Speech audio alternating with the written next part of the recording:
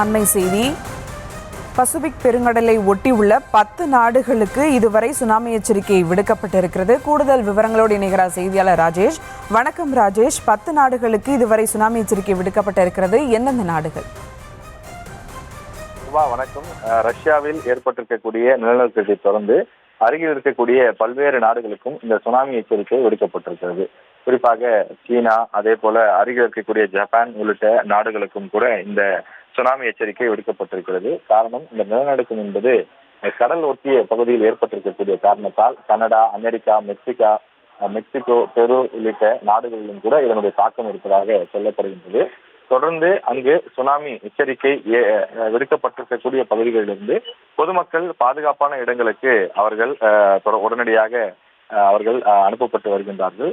தொடர்ந்து பொதுமக்கள் உயரமான இடங்களை நோக்கி செல்லும்படியும் அறிவுறுத்தப்பட்டிருக்கின்றார்கள். இந்த சுனாமி எச்சரிக்கை காரணமாக கடலோரத்தில் இருக்கக்கூடிய அந்த டூரிசம் மற்றும் வசித்து வரக்கூடிய பொதுமக்கள் ஆகியோருடைய நிலை மோசமானதாக மாறியிருக்கின்றது. எப்படி 2004ஆம் ஆண்டிலே தமிழகம் உள்ளிட்ட இலங்கை தீவு உள்ளிட்ட பகுதிகளில் எப்படி பாதிப்புகள் ஏற்பட்டதோ அது போன்றதொரு பாதிப்புகள் ஏற்படுவதற்கான வாய்ப்பு இருப்பதாக சொல்லப்படுகின்றது.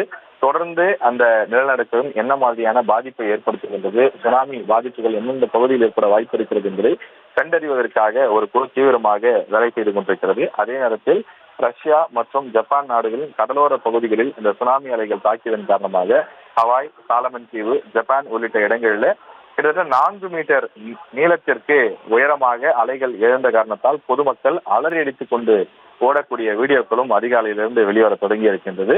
சுனாமி எச்சரிக்கை விடப்பட்ட பகுதியிலிருந்து உடனடியாக இந்தியர்கள் வெளியேறவும் நம்முடைய அரசாங்கம் உத்தரவிட்டிருக்கின்றது.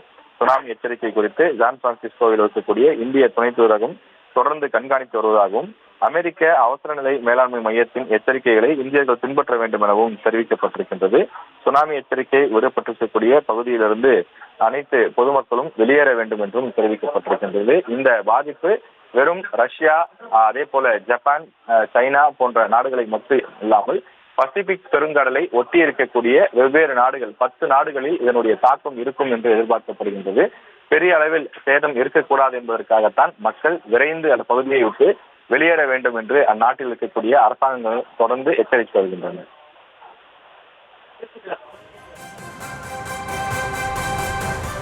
விவரங்களுக்கு நன்றி ராஜேஷ்.